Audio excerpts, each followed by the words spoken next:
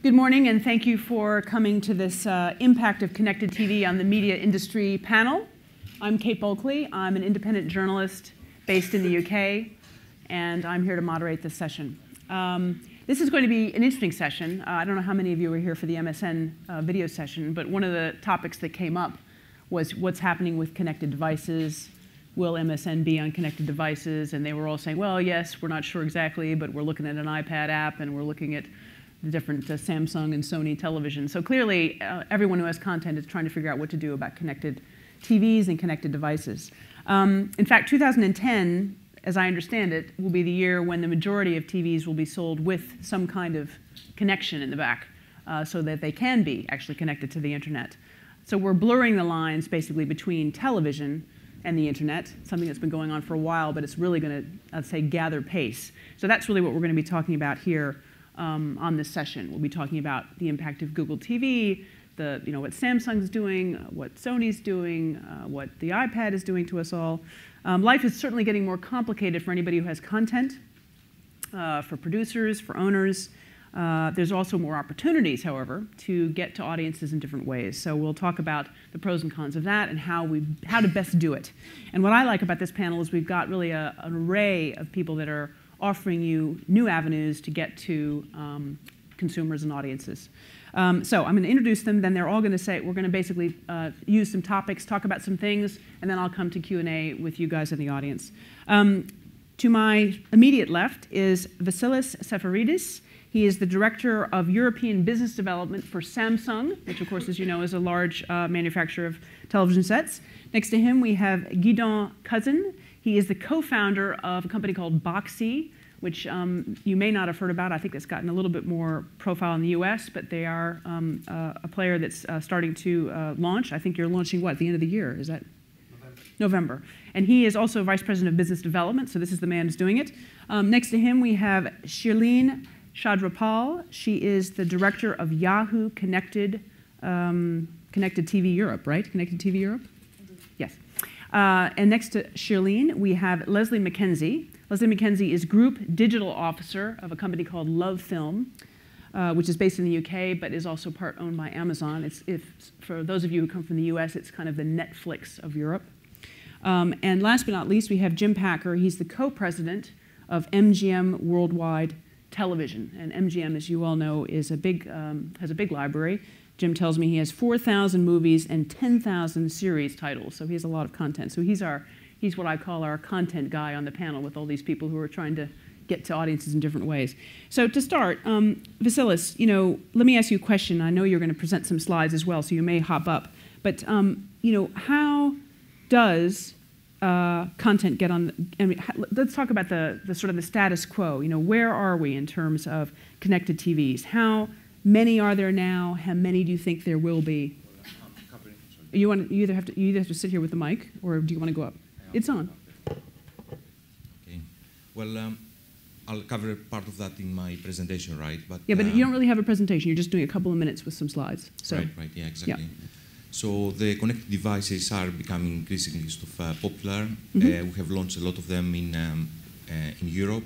I'll give you some data in my short slides. Do you want to put the slide up? Yeah. So why don't you put the slide up? Can you put Vassili's first slide up, please? All right. He likes standing up when he presents. Okay, go ahead. It's just a Greek habit, It's a Greek habit. Go ahead, Vassilis. All right, Tell us where we are with connected devices. A key issue here is that we stopped using the connected TV as a term, right? And we use the smart TV.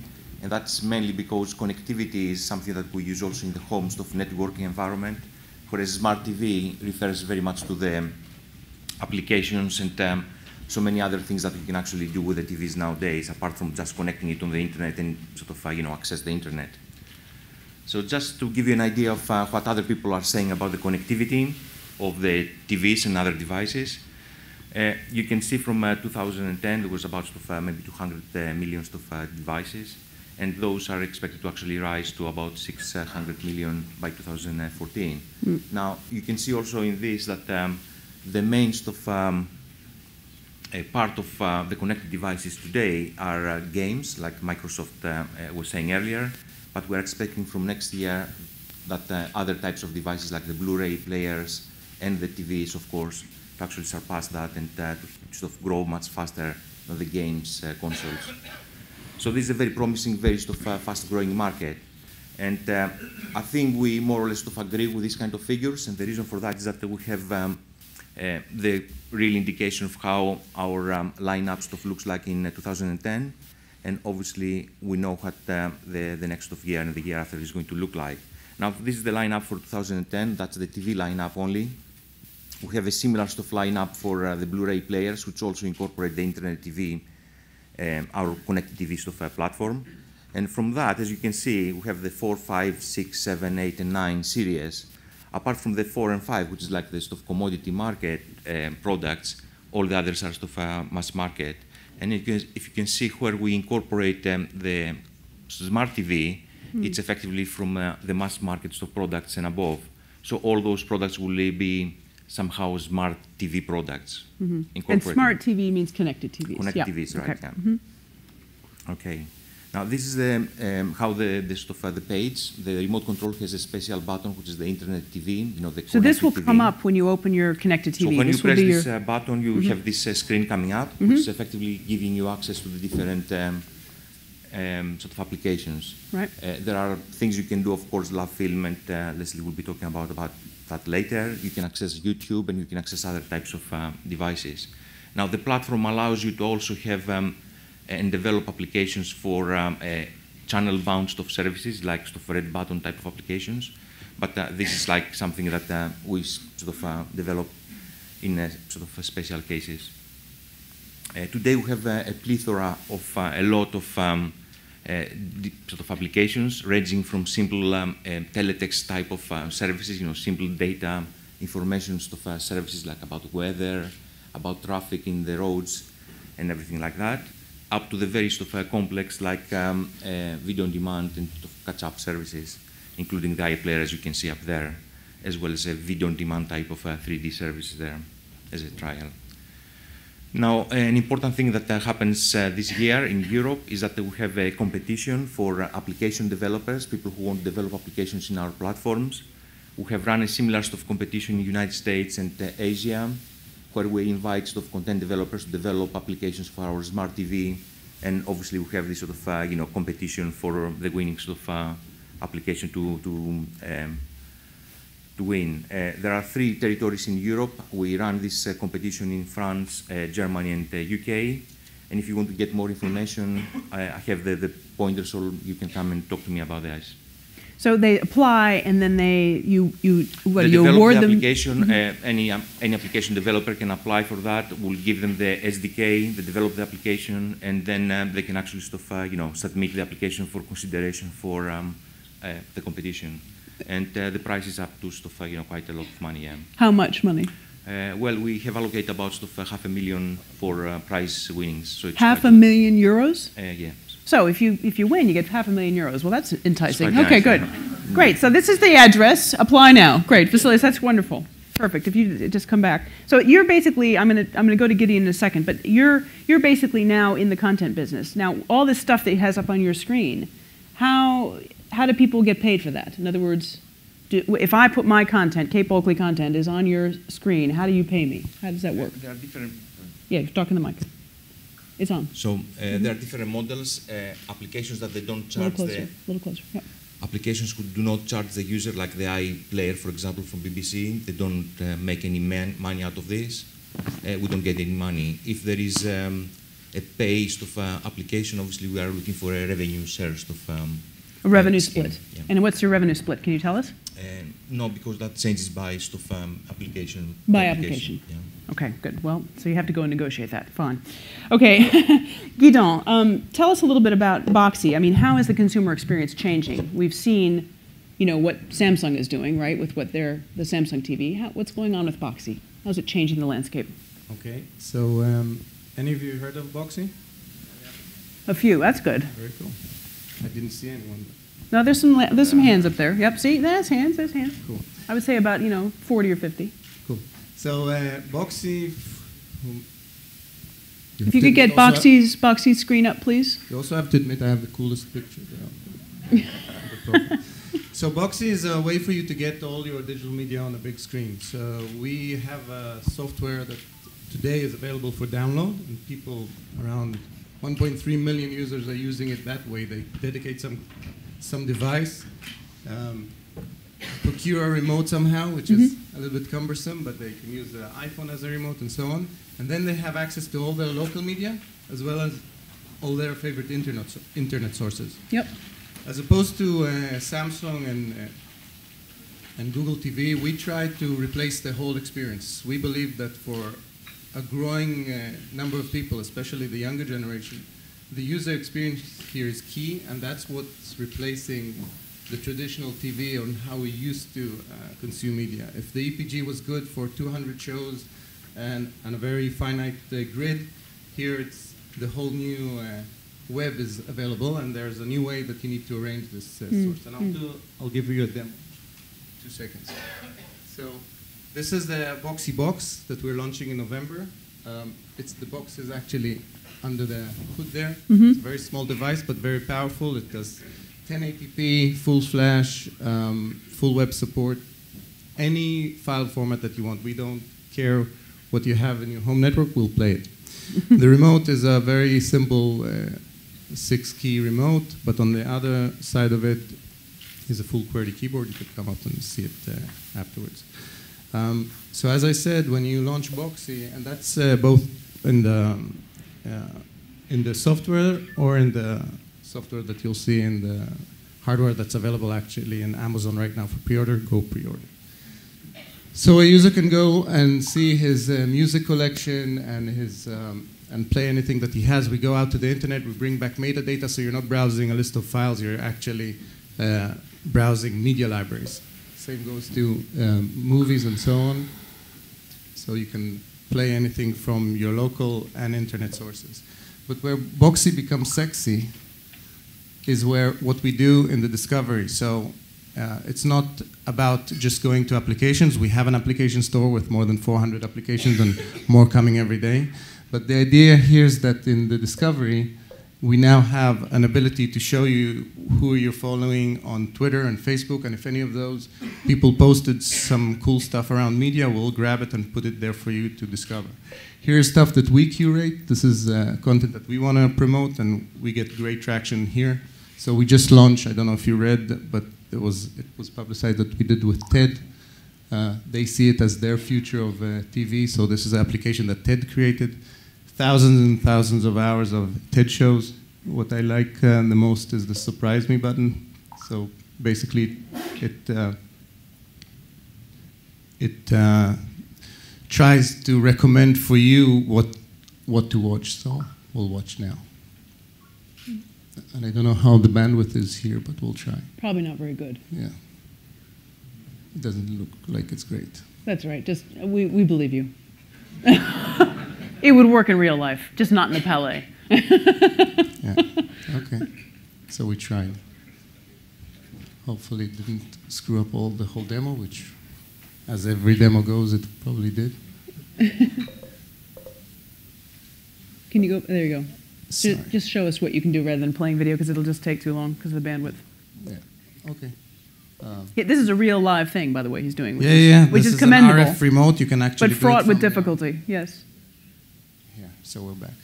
So as I said, we curate stuff and we feature it. And here is stuff that's actually also somewhat interesting. This is stuff that you do on the web. You can mark stuff on your PC and your work PC and say, I want to watch later. Then you come back in the evening and you can start viewing it on the big screen, as well as subscribe to shows and so on. As I said, we have a complete app store with all the apps built for 10 foot. So anything from MLB TV to Netflix to anything that's out there today, we have available for you.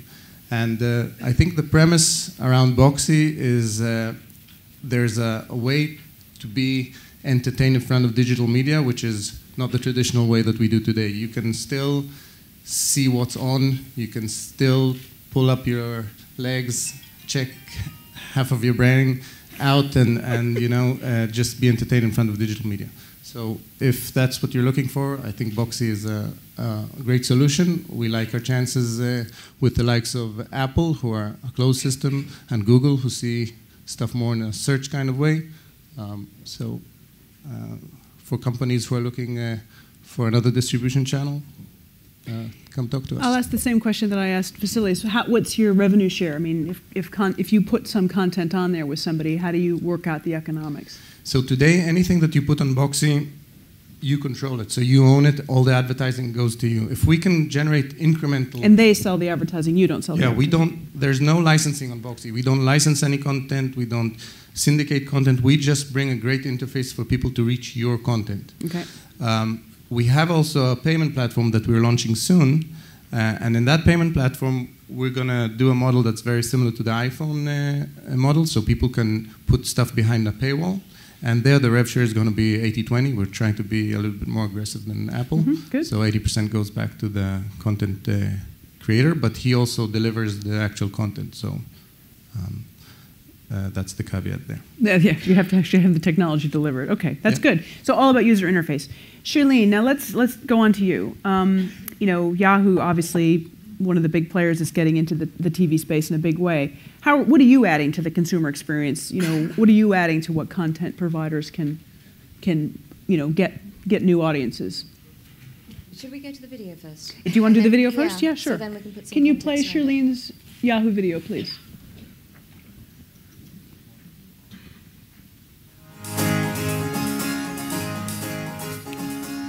There's a world of content online that we share, but the screens we're watching it on just weren't meant for groups. Yahoo Connected TV uses the biggest screen in your home, your TV, to show the best the internet has to offer in the best room in the house. You can use any device with Yahoo Connected TV to see your favorite movies, TV shows, and internet content on demand. It's as close as your remote. A single press opens a dock where you add TV widgets from Yahoo and your favorite internet and media sites. Keep up with the latest news and sports, go shopping, play games, or listen to music. Update your status or share your photos and videos with friends and family. Select from over 50,000 TV shows and movies. Vote on your favorite shows and interact with friends while watching TV. And you can do it all from your living room. How do you get Yahoo Connected TV? Buy a TV from Toshiba, Vizio, LG, Samsung, Sony, or Hisense with the Yahoo logo, or get a Yahoo Connected TV device that works with your existing TV. Yahoo Connected TV. The best of the web, made for TV. Okay, can everyone hear me? So it's an open platform, so anyone can develop an application, whether that's a large content provider or whether that's an individual. The distribution points are through partnerships, so we work with all of the TV manufacturers that you just saw on screen. We will also be introducing other devices next year, set-top boxes, Blu-ray players, media players, etc. The premise of what we're doing is perhaps slightly different to Boxee and these guys over here, in that we believe that TV still remains the star of the show, and we're really trying to complement the TV experience and the living room experience.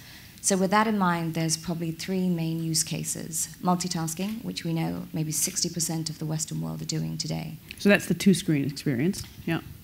Yeah. Okay. Yeah, so you're watching TV, you're checking your Facebook or your eBay or tweeting. But are you doing it on the main screen or are you doing it on your second screen? We're doing it on the main screen. Okay, so you've got your TV screen, but over here you're doing your social networking. Yeah. Okay. Now, when a user wants to put away TV, they can do. So, they can then look at videos, TV shows, games, photo sharing, all of the things that people are doing in their living room today. And then the last use case is really focused around content that augments the TV experience. And I think that's probably the biggest opportunity for a lot of people in this room today, in that you have a TV show and you can develop a game that someone can play alongside, or there's voting applications, or there's additional content, behind-the-scenes footage. There's also the ability for users to actually input and engage with the program, with, with the content manufacturers themselves. So I think it just opens up, the living room experience. But our approach has been to try and address what people are doing today and what we believe that people will be doing tomorrow. But we also believe it has to be open, and we have to let the consumer make the decision, and we have to let the consumer drive the experience. So we're not about dictating how they do it and what they do it and what the experience should be. We think we need to go to where the consumer is, you know, because that's the religion of the internet. So that's really our philosophy. That's right. Companies have fallen when they haven't paid attention to the consumer. Let me ask you the same question I asked Gidon and Vassilis. You know, how do these guys participate? Do you license content and then give them a revenue share, or do they just show up, or how does it work? So our WDK or SDK is publicly available. Any content developer can go out to the website, download the application, and download the toolkit and develop an application. So we don't acquire content. But we do make it easy for content providers. We will have payment solutions, as you would expect, that include... So it's not just ad-supported, it's also... No, absolutely. I mean, advertising is our business, it's our bread and butter, advertising and data and insights. And we are looking at multiple solutions that allow us to monetize our own content, monetize content of other content providers, but also look at how we can augment advertising on TV. So there's a whole opportunity around combining data with some of the technological developments that we see in the internet space and bringing some of that to TV.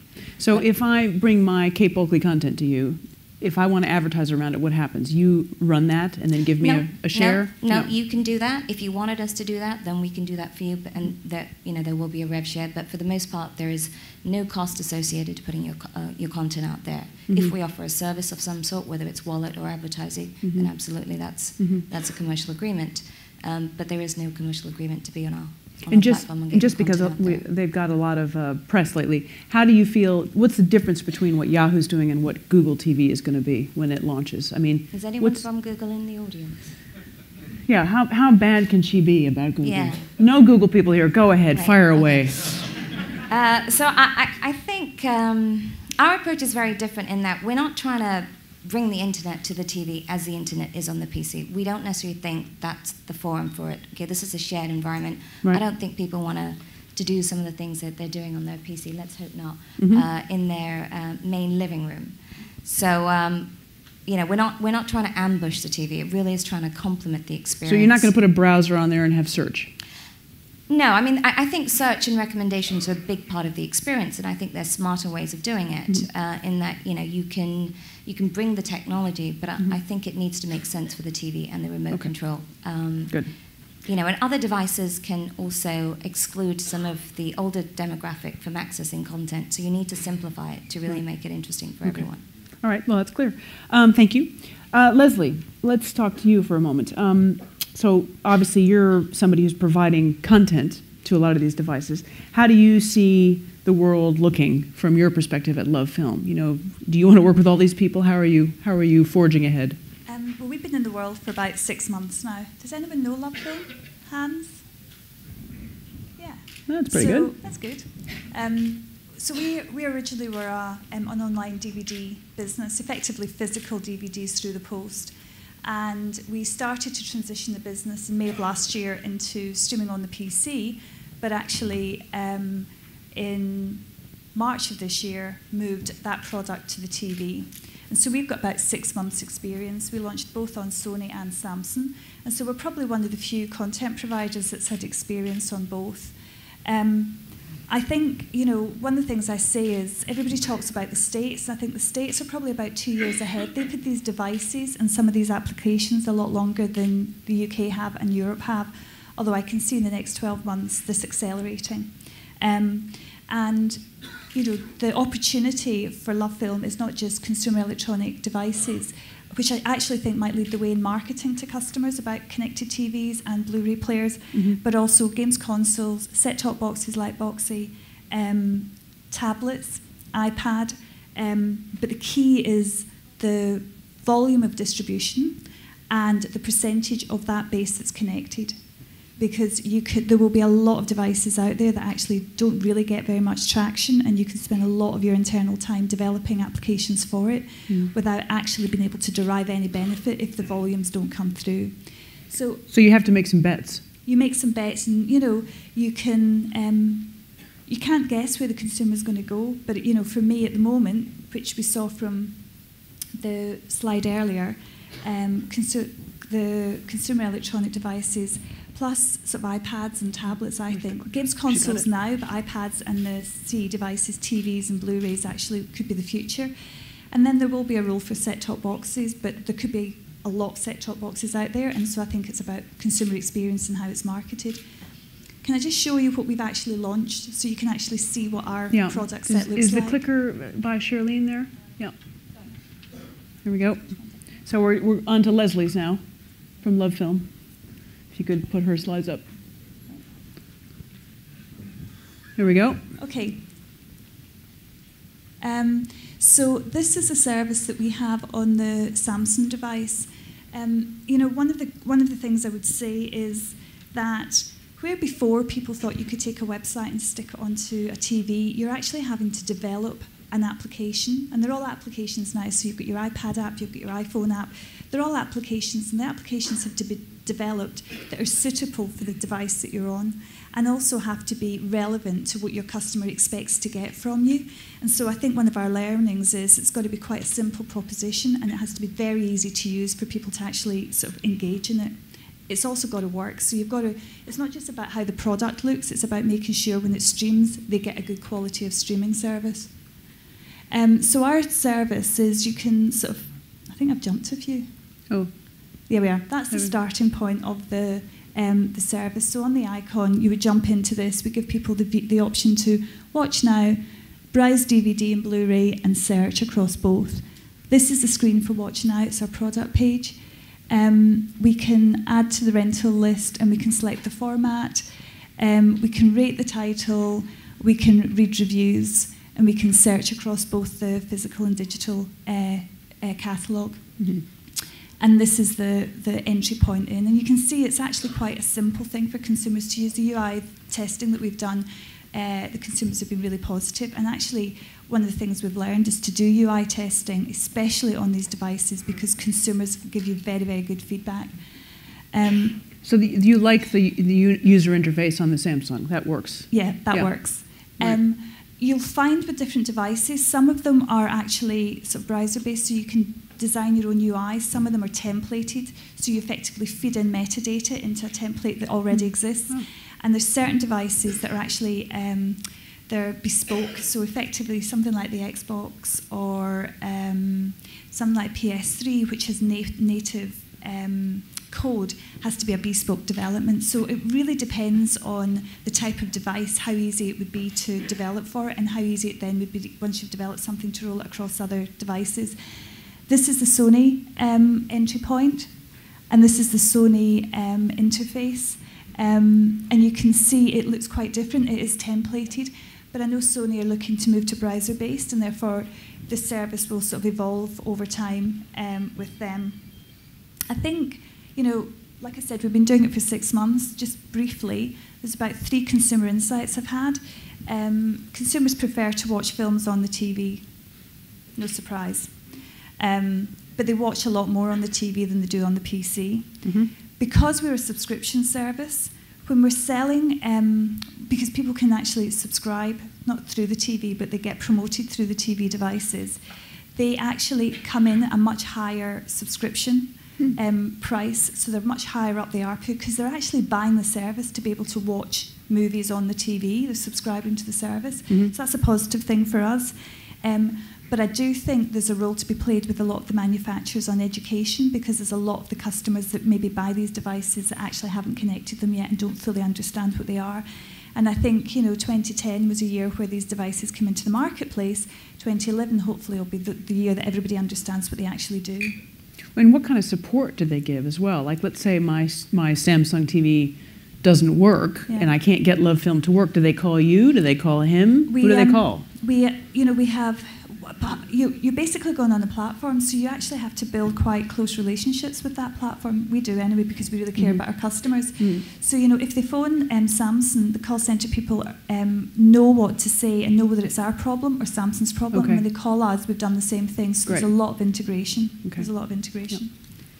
Yeah. Good enough? Yeah. Okay. That was interesting. That's very interesting, because, you know, the thing is, you've only been doing it for 6 months. You've already got some results. So people are actually buying the films through the Samsung. Yeah, and also. And are you seeing more buys? You said more buys through the TV than through your PC service. No, like how much more? More usage through the TV More service usage. than the PC Okay. service, but a higher ARPU through the TV when a customer comes in on a promo code because they've seen it on Samsung and Sony, which is great. That's great. Okay, well, very good. I'm sure you're going to be on more devices, so we'll look forward to hearing about that. Now, Jim, from MGM's perspective, you're a content guy looking at all these devices. How do you see the world now? How does the world look for you? A spaghetti bowl. It's a bit complicated. Spaghetti bowl. Okay. I have to say that our life has been kind of transformed over the last 5, 6, 7 years because many of the services that are out there and the providers that are out there that we're in discussions with or have deals with, it just creates a rights situation that is much more complicated than it used to be, 5, 10 years ago. And this is a good example. You look at kind of the good old days when people would come in, you had a couple of main revenue streams, and although this varies country by country, this was kind of the main area that you would try to generate your revenue. You'd have a pay-per-view window on theatrical movies. You'd usually get a premium cable window, and then you'd have some sort of free TV, basic cable window with broadcast, etc. Now take a look at today. I'm going to flip the slide. So now you can get a sense of what my team does. We basically have to manage 4,000 movies, and in addition to the 4,000 movies, we probably have 10 to 15 different rights we look at. So we have to look at whether it's exclusive, is it non-exclusive, is it a pay-per-view, is it VOD, do we do it during somebody else's window, does somebody else own the product, can we even give it to someone? We have many meetings with people that have services, and they come in and they have a great service and they built an incredible interface, but the rights that they want just don't exist. And I think that that's one of the things that makes these services very, very interesting, but also very complicated. I think when you look at what we analyze as a content provider, because at the end of the day, with all due respect, without our content, there's not much in many of these services, so the content is important. We kind of look at, obviously, dollars. Is it worth the effort? We look at strategic issues. We try to protect our traditional broadcasters, our traditional relationships. We don't necessarily want to start doing too many things that are going to hurt the normal process of revenue flow, because this stuff doesn't come free. We have to actually make it, and we have to actually monetize it. I also look at the consumer adoption. I really, quite frankly, I look at my house, and I'm lucky enough to have somebody come over. I've got an Xbox, a PlayStation, a Voodoo, an Apple box. And if you said, Jim, would you please hook all those up? I would say, no, I couldn't hook up one of them. I don't even know where they are. I think Gidon will come over and hook up your Boxee TV. And so I actually look at... You didn't mention Boxee. So. Yeah, I know why. I'll have a Boxee soon, I hope. Maybe I can borrow that one.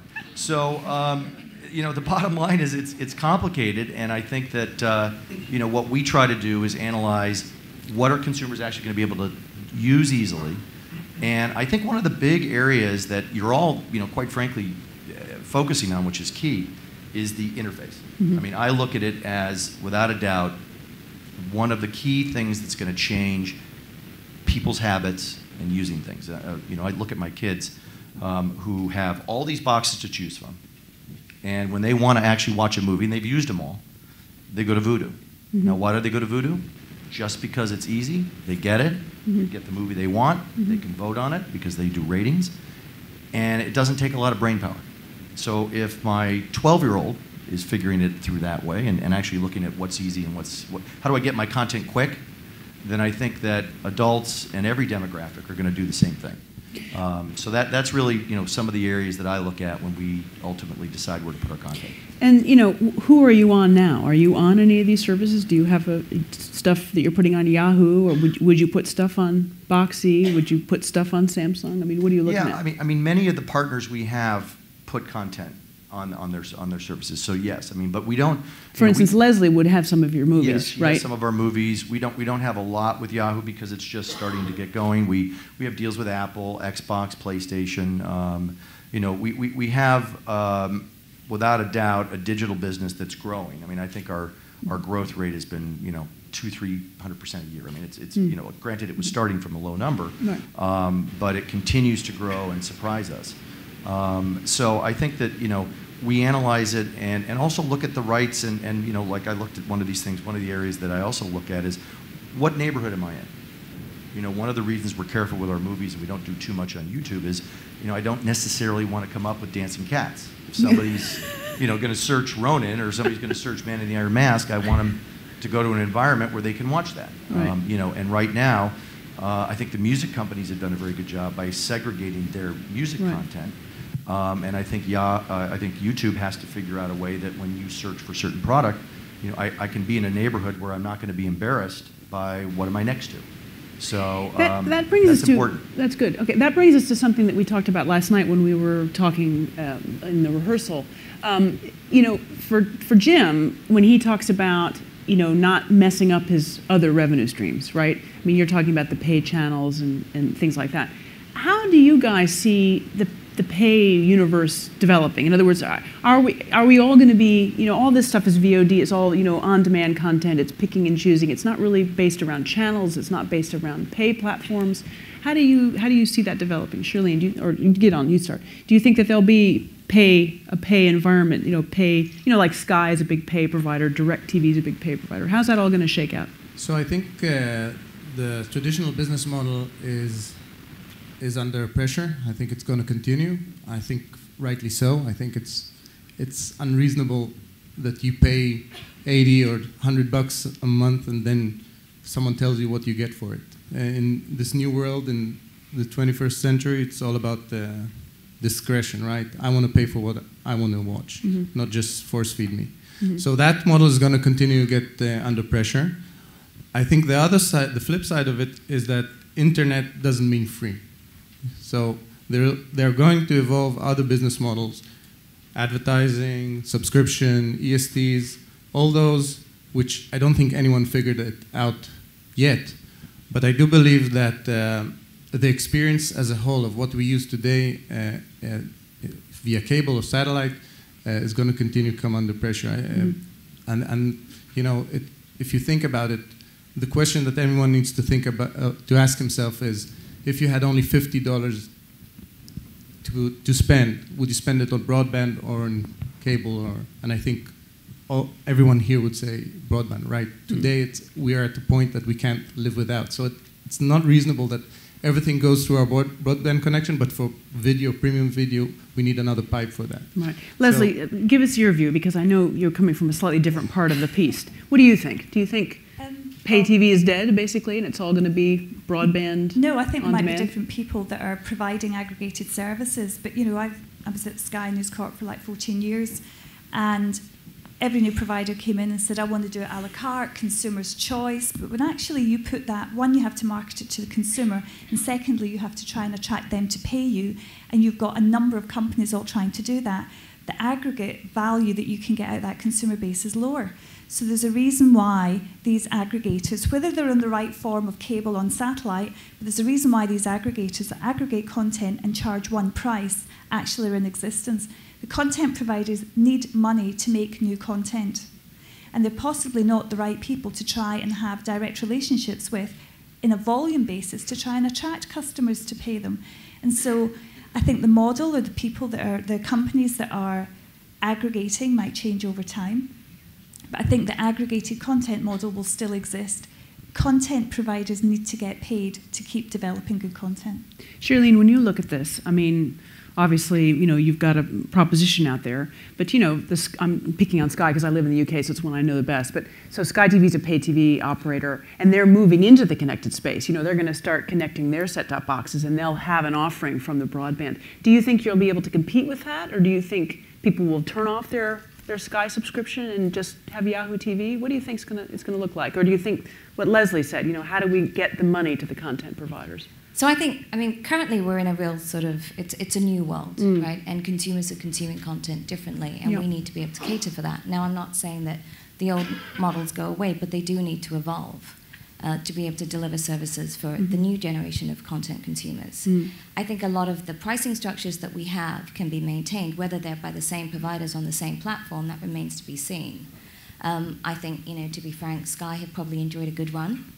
Whether they continue to enjoy that remains to be seen, because it is now possible for some of that content to be accessible in other places at different price points. So I think there's some challenges ahead, and everyone needs to bear in mind that we need to keep an eye on where the consumer is going. And do you think there'll be enough money in the system if people just have Yahoo TV? In other words, will they make enough money to be able to produce the kind of movies that MGM wants to produce? Good content can always command a price, and I think that's the nature of the game, right? People will be prepared to pay for what they consider they want. I think how we do it will evolve to things like search and recommendation services that might move away from the traditional, EPG model or some of the traditional marketing models. But I don't believe that people are not going to pay for content. I don't believe that, I'm with Gidon on this, I don't think the internet is all about being free. Right. The other thing around the advertising piece is, in the traditional TV world, we serve the same ad to everybody at the same time. In the digital world, we don't do that. Every ad is different and hopefully tailor-made to the person. Now, so theoretically, it's targeted so the CPM can come up. Absolutely. Yep, okay. So there's more sophisticated ways to do And you're this. also going to have, like, you're going to have a digital wallet, right? And I think you are as well. Yeah. We So there'll be payment methods. Absolutely. Yeah. I think it's all about discretion. As I said, the overall spend is not going to change. It's even going to increase. But I think, like, again, in every other facet of our life, we have more discretion today on what we choose to spend. And I think the fact that today in my files I get like 100 channels that I have no idea what they're doing there is just unreasonable. Vassilis, what about you? Is Samsung going to start, helping support the content business, or are you basically trying to sell television sets? I'm a much sort of simpler person, right? Coming from the consumer electronics. I think everything comes to demand, I guess, right? I mean, you have to ask yourselves how soon you will be the time where you go to Dixon's or to any retailer and ask for an internet-connected TV only, without the cable or satellite or terrestrial stuff tuner. Now, I guess most of you will be assuming that this tuner is one of these tuners, right, is going to be there as de facto, and then the internet will be coming as an add-on, which is nice to have, but not essential. And that sort of reflects effectively the viewing habits of most of us, I guess, and especially sort of the average consumer, that 90%, I guess, 80 to 90%, you consume pay TV or terrestrial or free-to-air, the normal sort of channels that people are used to. And it's only sort of maybe 20% or so, right, that you can actually consume from the internet. So it's so how fast will that change? You think it will take some time. So how long do you think it will take? Well, it's very much sort of because there's so much activity in this area. So because it could be confusing for consumers. Exactly. There's so much. I mean, obviously, search and discovery is very important for how you do it. The user interface is important, and I think the whole industry is working to actually make this, an easy experience for the consumer. Okay, Jim, when you hear this, does it make your eyes roll back? I mean. No, I mean it does in some ways, but I think that I'm actually okay with whoever wins here.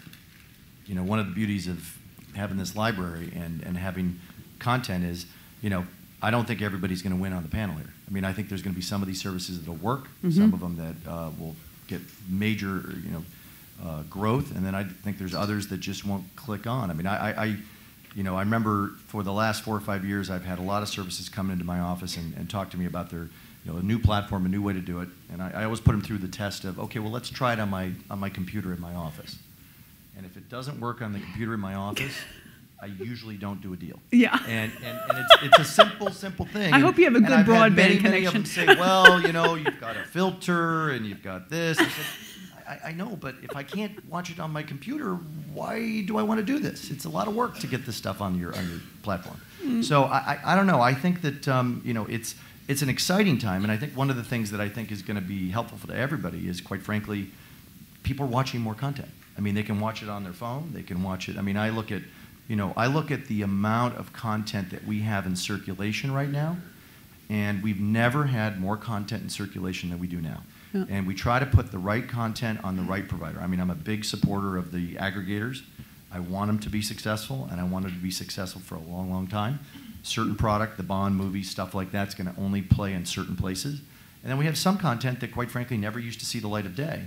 And if you've got a 1975 movie, Robot Wars, which we have, which quite frankly never ever went on TV, it might be just fine for an internet service like Hulu. That's the kind of thing that ultimately for us, these technologies become very interesting because we can actually go deeper in our library than we've ever gone. And believe it or not, even some of the stuff that we didn't think would get viewed, because now all of a sudden somebody has an option, they watch it. Yeah. So I think that's good for everybody. Go ahead. Just one note. I think, first of all, cable and satellite and the traditional TV works for a lot of people. And if it works, it's great. But I think there's a whole generation out there that this discussion and what Vassilis said is totally irrelevant for them. They're not looking to go to a Dixon's and purchase something on top or to replace their existing cable. They're just not connecting to cable. They live in a new world in which they get any content that they want to, and they spend their time on Facebook when 20 years ago, they used to spend that time in front of a TV. So for them, for this new audience, when they become the 20, 30 years old people who start spending money, you better be there. And they won't change their habits, you say. Lesley, what do you think? I think people will still want to watch movies and will still want to watch sports, and those will always be paid products. And so whatever form they're delivered, so if it's, I'll talk about Sky, but if it's Sky and it's Sky anytime and you can watch it anywhere, these people when they're 26, 36 with kids won't say, actually, I'm just going to be on Facebook. They'll be like us. And they'll want to watch the sports game, they'll want to watch the movie, and those products are premium products. They'll never be given away for free. Again, no one Shirlene? said free. It's this leap that everyone thinks that the internet means free. I think it's on the contrary. The So spend will you'll pay increase. for it, It's yeah. just you'll pay for what you want, and It'll you be won't on be demand, force-fed. pay-per-view. Shirlene, what do you think? There's a couple of interesting points that both Lesley and Vassilis made, actually. One is that in a very short space of time, they're seeing higher consumption on the TV. So they've made it convenient, and people are paying to view that content. Okay, and I think there's a lot to be said for that. You make it convenient for someone, and they pay for it. I mean, if you look at what iTunes have done, that's exactly what they've done in the mobile space. The other one was a point that Vassilis made. Now, I think when you do make it convenient for people to access content, and we work with one distribution partner, they have the TVs are all Wi-Fi enabled. They have a pull-out QWERTY keyboard on their remote. As part of the setup process, it forces you to actually activate your Wi-Fi connection. The adoption rate today, and they've been in market for less than a year, is 70%. If you get it right, and I think that, that's a key to this, it can make a significant difference to content consumption, and therefore it makes a significant difference to content providers. I download apps on my mobile like everyone, and I don't know how much I'm spending because it's just so easy. I get my bill and I think, shit. It's called stealth raising money. Yeah. Now, I just got an iPad. I seem to be buying everything, and I'm just fearful what the hell my iTunes account's going to be at the end of the month. I keep thinking, oh, I'll have that one. I'll have that one. And of course, it's like little tiny $179, $249. It all adds up. Got nothing left for shoes.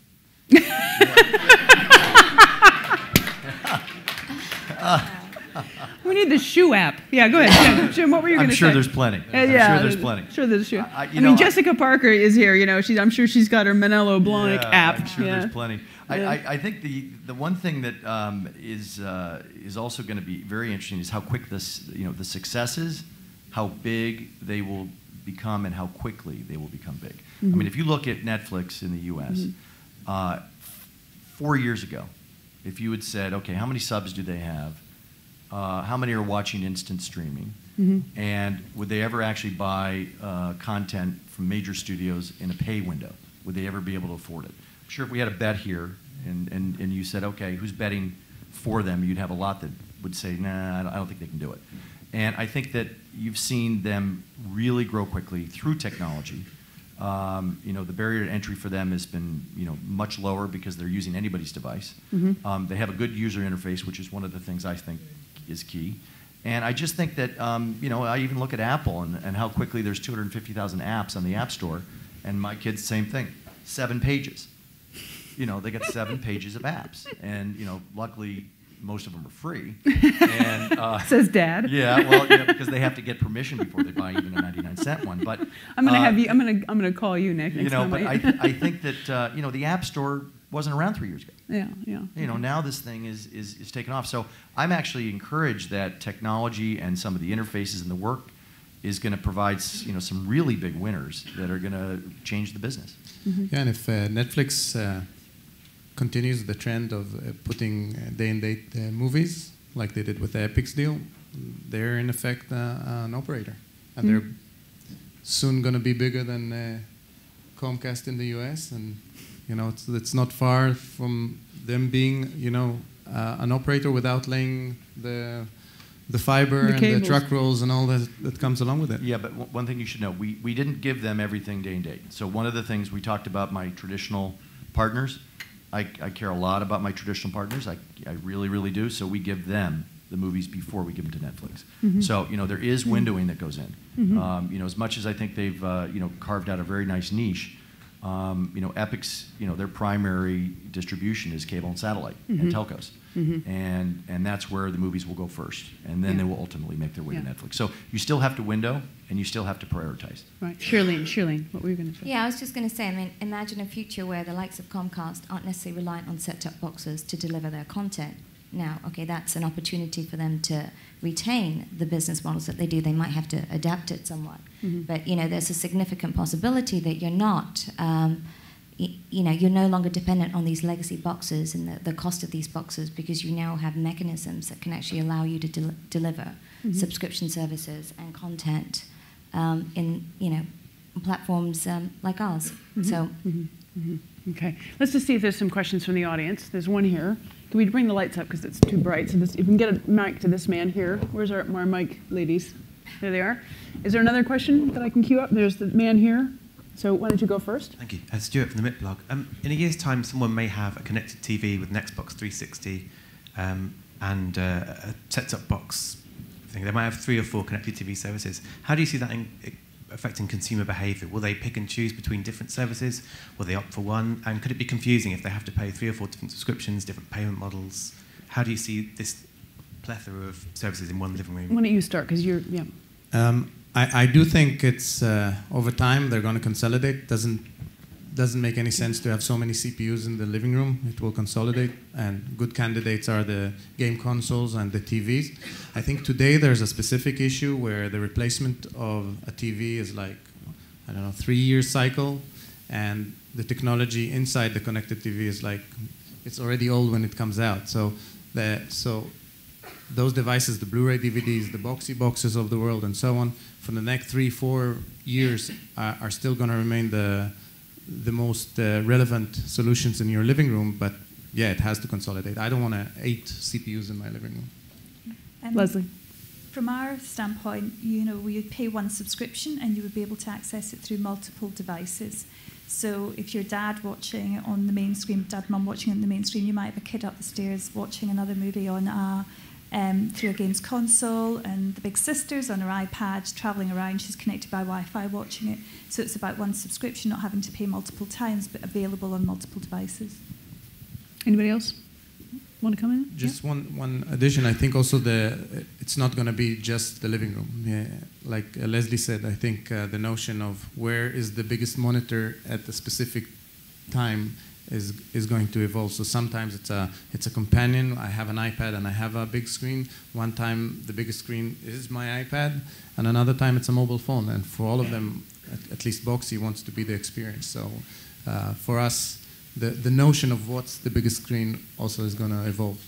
Shirlene. I think maybe I agree with both of them. I think maybe one point to add to that is that, remember, we're talking about software here.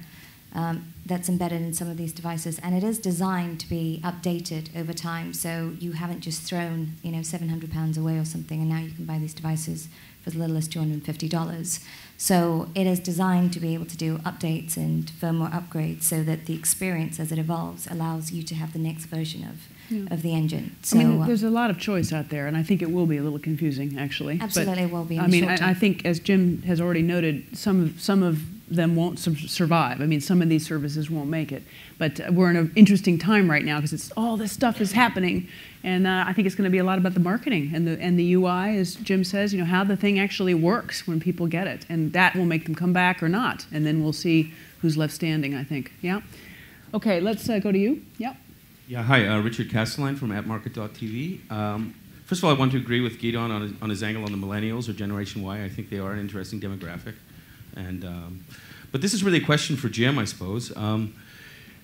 what about the parallels with the music industry and what's happened there in terms of the record labels being being providers?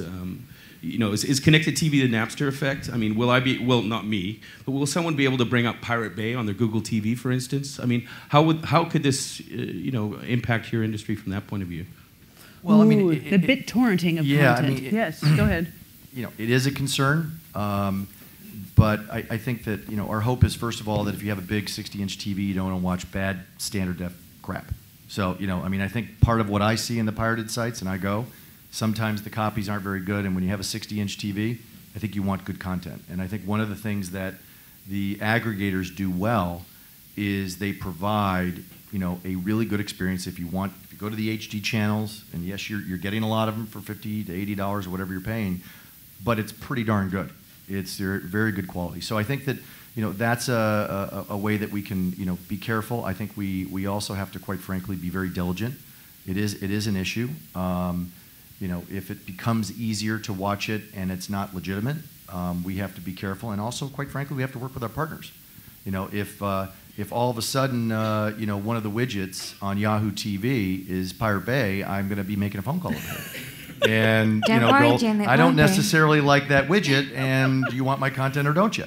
So, yeah, Shirlene, you gotta make sure you don't have Pirate Bay. We have terms of use, and illegal content and inappropriate content and all of those things are not enabled, not allowed. But we also, we work with our content providers to make sure that if something is up there that shouldn't be, then we can pull it down immediately. Is that the same with you guys? Yeah. Yes, but I think the flip side of it is the people who are torrenting files are paying.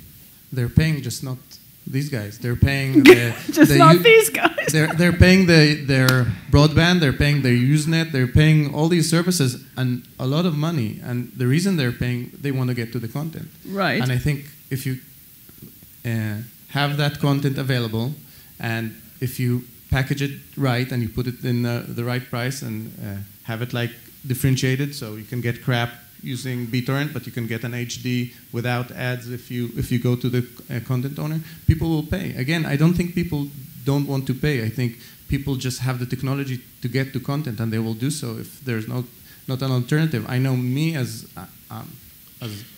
I torrent, and I stopped because I don't need to. I have Hulu. I have all the availability of through Boxee. I don't see the need for that.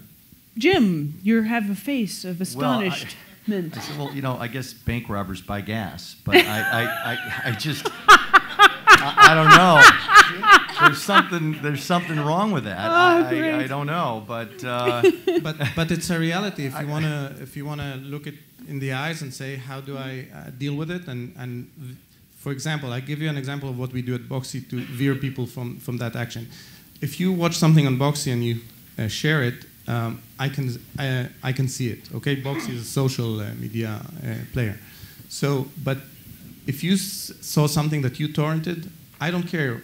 But what we will show the other user is the legal option of how to see it. So if you watch the movie 300 and you torrented it, me, Gidon, opening up my box here, I'll see, oh, Jim saw this movie 300. What will be the options is to buy it through Netflix or stream it from Hulu with ads and so on. So we took an illegal activity, turned it into a legal one. So you won't offer the illegal one. You couldn't click and watch the illegal one. No. Oh, well, that's good. At least he's got that. At least. Yeah. I know. That's the way you combat something. You say what's the reason, and the reason they want to get to the content. Well, and I'm hopeful that as technology gets better, that the technologies to stop that, and I don't think you'll ever stop it. The technologies to limit it, change habits, do things that ultimately have content providers getting paid for their content. Mm-hmm. The technology, while it's very good to get easy access to content, maybe it's also easy to make sure it's harder to get stuff that you shouldn't get. And we are more diligent. We have a couple people that are dedicated to pulling stuff down. Yeah. And it does work.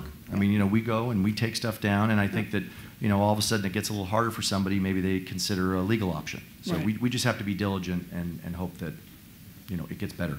Lesley. I mean, I think in reality, most of the devices are walled gardens. So to get your application on, you have to go through an approval process. And one of the things in the approval process is if you've got legitimate content. So, with something like Samsung, everything has to be pre-approved before it gets launched, which allows which allows illegal things to be taken out. That was the reason why we have intentionally chosen the walled garden approach in our platform, because it gives you this control of, obviously Boxee is another approach, but we thought that it's better to actually control the content that goes on your platform, because that's the only way really to secure, the integrity of, the contents from the providers. Right.